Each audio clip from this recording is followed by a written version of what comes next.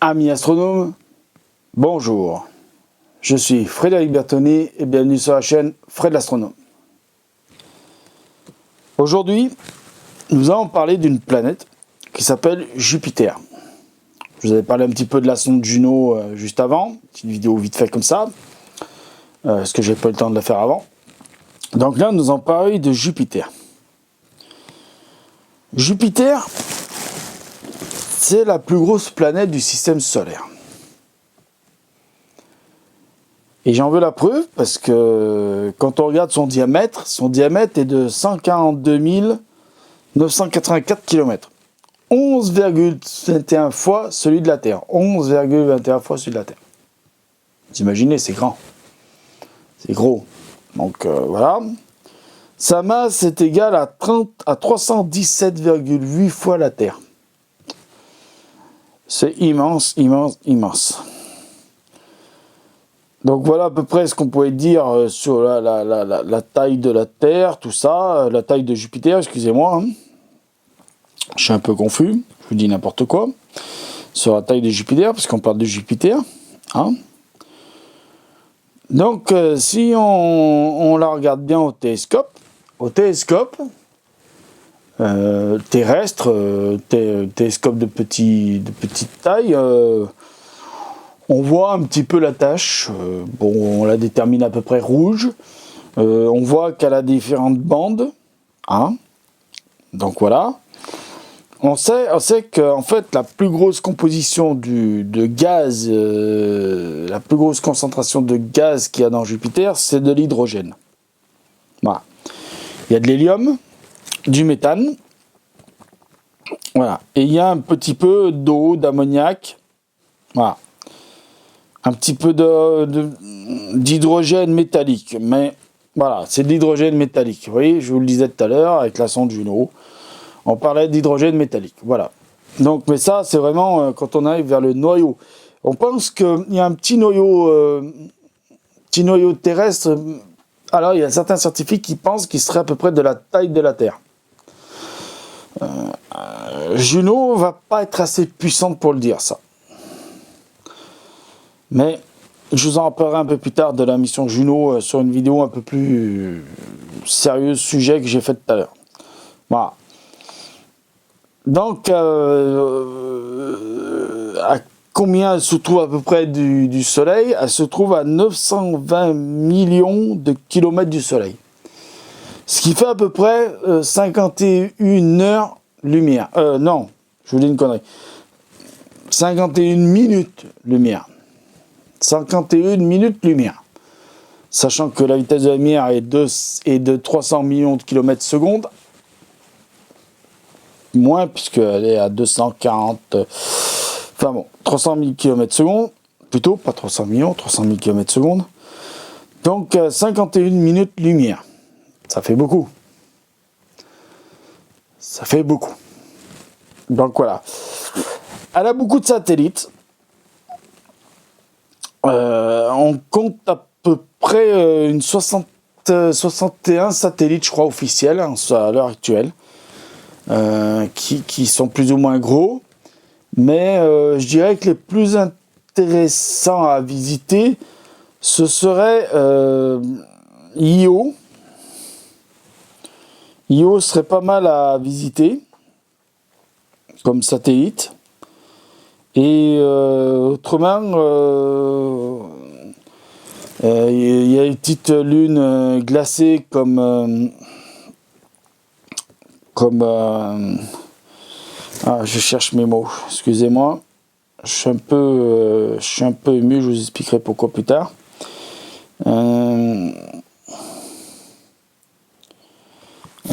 Donc voilà une belle image de Jupiter.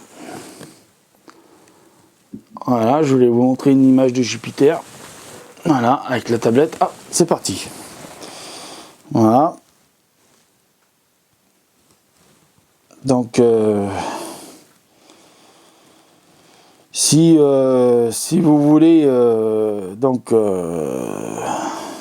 Io, pourquoi? Parce que Io, c'est une planète qui est très volcanique. Et pourquoi elle est très volcanique? Parce qu'elle se trouve très près de Jupiter. Et en se trouvant très près de Jupiter, elle... j'ai des problèmes d'informatique aujourd'hui, je ne sais pas pourquoi ça ne marche pas. En se trouvant très près de Jupiter, elle a une...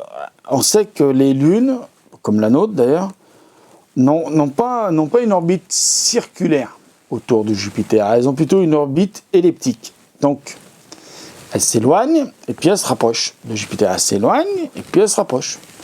À un endroit, elles passent près et à un autre endroit, elles passent loin. Et le fait de passer loin et près de Jupiter, en plus, il y a d'autres satellites qui font un effet gravitationnel aussi très fort sur ce petit satellite Io, qui fait qu'en fait,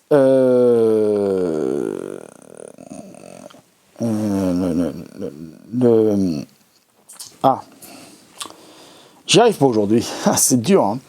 Je suis fatigué pour ça. Fait qu'il y a un mouvement tectonique sur Io, on peut appeler ça comme ça, un mouvement tectonique, des tremblements de terre, qui fait que Io est tout le temps échauffée. Donc, elle a tout le temps ce qu'on appelle un échauffement qui fait qu'il y a du magma.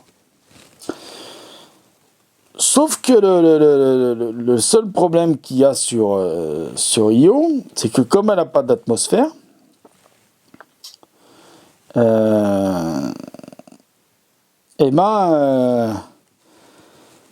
ne peut pas... en fait, comment on appelle ça? Je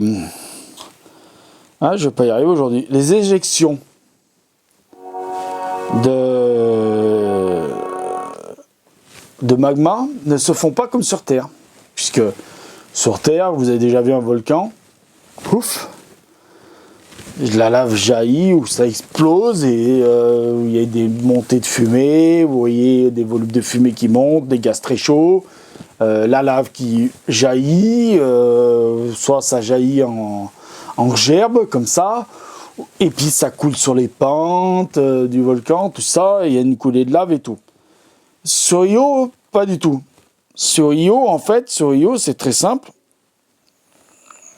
Sur Io, vous avez ce qu'on appelle un volcanisme un peu, comment dire, en fait, les fumées, les gaz qui s'échappent peuvent monter très très haut et ça forme des espèces de dômes au-dessus des volcans. Et il n'y a pas vraiment de coulée de lave. En fait, la lave, elle reste comme une caldeira. Voilà. Par exemple, vous voyez Yellowstone, c'est un volcan qui s'appelle une caldeira. C'est-à-dire que Yellowstone, si un jour il venait à rentrer en éruption, en fait, là, il y aurait une montée de magma, mais ça s'écoulerait sur du plat. Ça déborderait en fait. C'est comme si vous aviez un lac de lave. Voilà, c'est ça une caldeira. Une caldeira, c'est comme si vous aviez un lac de lave et que à un moment donné, il y a un trop plein de lave et que ça déborde. Comme si vous aviez un lac, ça se met à pleuvoir beaucoup. Le lac d'eau, il déborde. Et voilà, c'est à peu près ça une caldeira. Mais vous avez des volumes de fumée. Excusez-moi, comme des gros champignons qui se forment au-dessus de Io. Voilà. Donc, si vous voulez voir Io, voilà, je vais essayer de vous montrer Io. Voilà. Alors, je me sers un peu de la tablette aujourd'hui, hein, tant pis. Io, voilà. Je vous dirai quel logiciel c'est ça, après. Vous voyez, des belles images de Io, tout ça. Est-ce qu'on peut le mettre en gros, Io? Non, on peut pas le mettre en gros, c'est pas grave. Alors, voilà, Io, donc voilà, à peu près. Voilà, Io, à peu près ce que ça se passe sur Io. Vous voyez, ça c'est un geyser. Et bien, il se passe à peu près ça sur Io. Une montée de fumée, comme ça. Alors, on ne sait pas s'il y a des vapeurs de liquide ou pas. Je ne sais pas si vous le voyez bien à la caméra, là. Non, voilà, là, vous le voyez peut-être bien. Donc voilà, ça monte comme ça en l'air et tout ça. Donc ça, c'est un des satellites qu'il faudra aller voir sur Io, autour de Jupiter. Après, le deuxième qui sera intéressant, c'est Europe. Appelé ici Europa. Alors pourquoi? Parce que la surface d'Europe, c'est comme Si vous allez au pôle Nord ou au pôle Sud, sur les banquises, c'est formé de glace et tout ça. Et dessous, on pense, les scientifiques pensent, qu'il y aurait un océan. Un océan de glace. Vous voyez, ça c'est une photo prise par une sonde de IO. D'Europe, excusez-moi, d'Europe. D'Europe, voilà. Donc, je ne sais pas si vous voyez bien, si j'ai bien cadré tout ça, on va essayer de... Voilà, ça c'est une photo d'Europe, de la surface d'Europe. Et dessous, on pense qu'il y a ce qu'on appelle un océan. Donc, cet océan, eh ben, il y aurait peut-être ce qu'on appelle aussi des fumerolles, comme ça, là, vous voyez, des cheminées chaudes, des espèces de fumerolles où il y aurait de la vie, parce que autour dans les océans, dans nos océans, il y a ce genre de truc que je viens de vous montrer, et c'est des fumerolles. Voilà. Donc après, oui, on pourrait aller voir Ganymède, mais Ganymède, ça sert pas à grand chose, voilà, et pas bon. Mais les deux qui seraient intéressants d'aller voir, donc c'est Io et Europe. Voilà. Ça, c'était une petite vidéo donc sur Jupiter. Vite fait, bien fait. Hein. Je ne vais pas non plus m'étaler 10 ans là-dessus. C'est des vidéos improvisées. Tout le monde connaît Jupiter. Hein. Tout le monde sait à quoi elle ressemble, à peu près à quoi elle ressemble. Pourquoi je voulais en parler un peu mieux là? Parce que je vous avais parlé de la sonde Juno. Voilà. Et je voulais vous parler un petit peu de Jupiter. Voilà.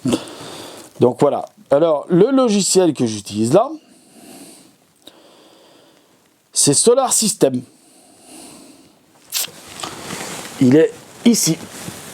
Solar System. Alors, c'est un logiciel qui est payant. Je ne sais plus combien il coûte, hein, mais il est génial. Parce que, vous voyez, regardez. Je vais essayer de vous faire une manipulation en direct. Ah, merde. Pardon. Je dis des gros mots. Ah, alors je dis des gros mots et en plus j'arrive pas à réparer mes conneries. Voilà, donc je vais essayer de vous faire une petite manipulation en direct. Alors ça va pas être facile parce que normalement il aurait fallu que j'utilise une autre caméra, mais bon. Alors normalement, si ça veut bien, vous voyez, je peux ouvrir Jupiter comme une orange. Je sais pas si vous le voyez là, la caméra. C'est un peu bizarre, mais vous voyez, hop là, vous voyez, Jupiter là est fermé. Attendez, on cadre, hop là, on cadre. Jupiter, hop là, je l'ouvre comme une orange, vous voyez. Donc on peut voir les différentes couches de Jupiter. Alors je vous conseille d'avoir un niveau d'anglais impeccable, parce que malheureusement le logiciel est en anglais. Voilà, voilà, voilà. Ceci dit, un bon entendeur, salut.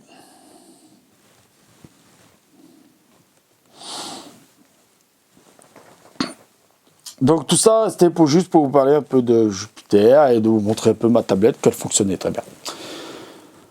Les vidéos sont très longues, mais tant pis, c'est pas grave, c'est ça la science. Amis astronomes, mettez des petits pouces en l'air, mettez des petits pouces en bas, abonnez-vous, mettez des commentaires. Et je vous dis à bientôt, j'espère. C'était Frédéric Bertoni sur la chaîne Fred l'Astronome. Merci. Au revoir.